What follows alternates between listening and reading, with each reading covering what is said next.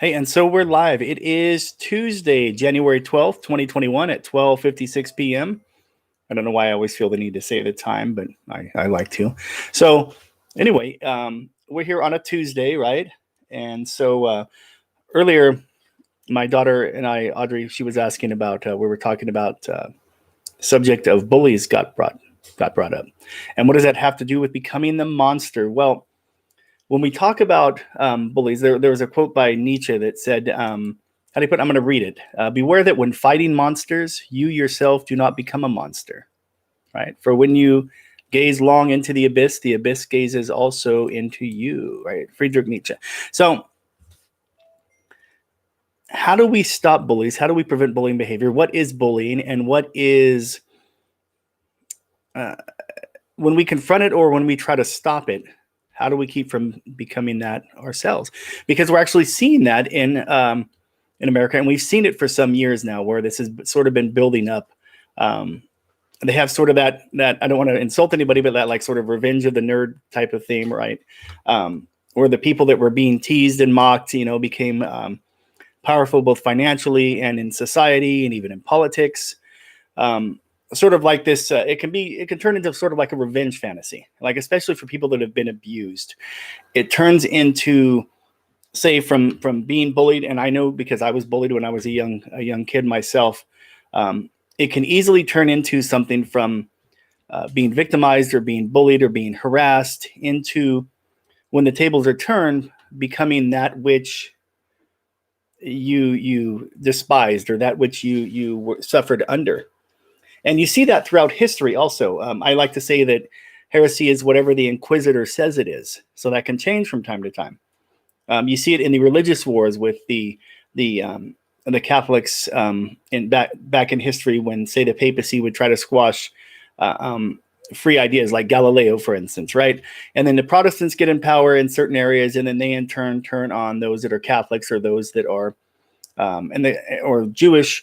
And so this thing keeps going on and on. The Inquisition by the Catholic Church, for instance, forcibly converting or driving the Jews out of Spain. We see this throughout history, except at those points it goes beyond bullying and into not only discrimination but persecution.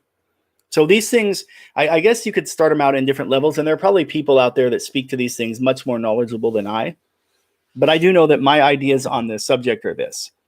I am a firm believer that you have to confront it, that it has to be stopped.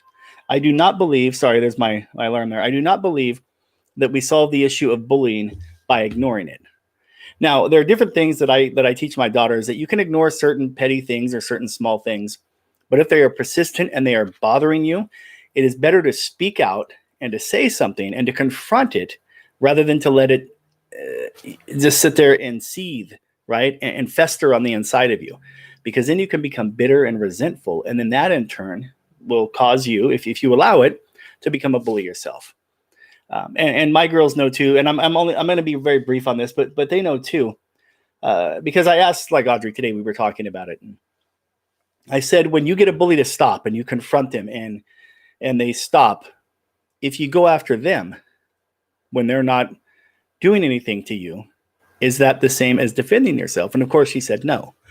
So when it stops and you go after that person or after those people, then we're no longer being victimized. We're no longer being bullied. Now we have turned into that which had plagued us for so long.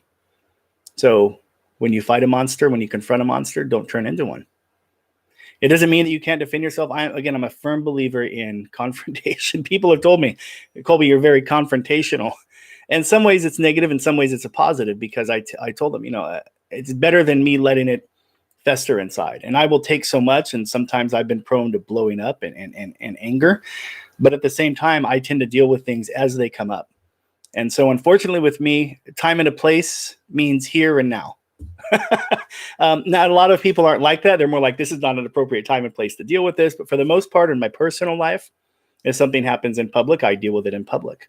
And not go overboard and commit crimes or cause anything to get the police called on me, but I will sit there and say, hey, and let's deal with this, because I think bullies also thrive on silence.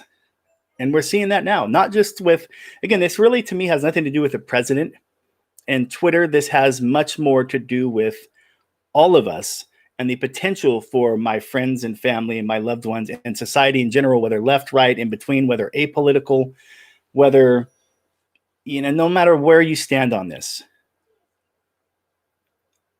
the bullies thrive on silence. They thrive on nobody standing up. When you no longer have a voice, then some people turn to other things. I'd rather use my voice than use my fist. And don't get me wrong, I've been in those situations. Sometimes it comes to further things, but we try to walk in love, the love and the peace of God, right? But also, just like Jesus, just like Paul, like Peter, we are also to confront the ills and the injustices and the evils and the sins in society, and starting with those in ourselves and in our own hearts. Stand up, speak out, confront if it's necessary. Do not allow yourself to be victimized, nor others to be victimized. You can fight the good fight without becoming the thing that you fight against. All right, you guys take care, and I will talk to you later.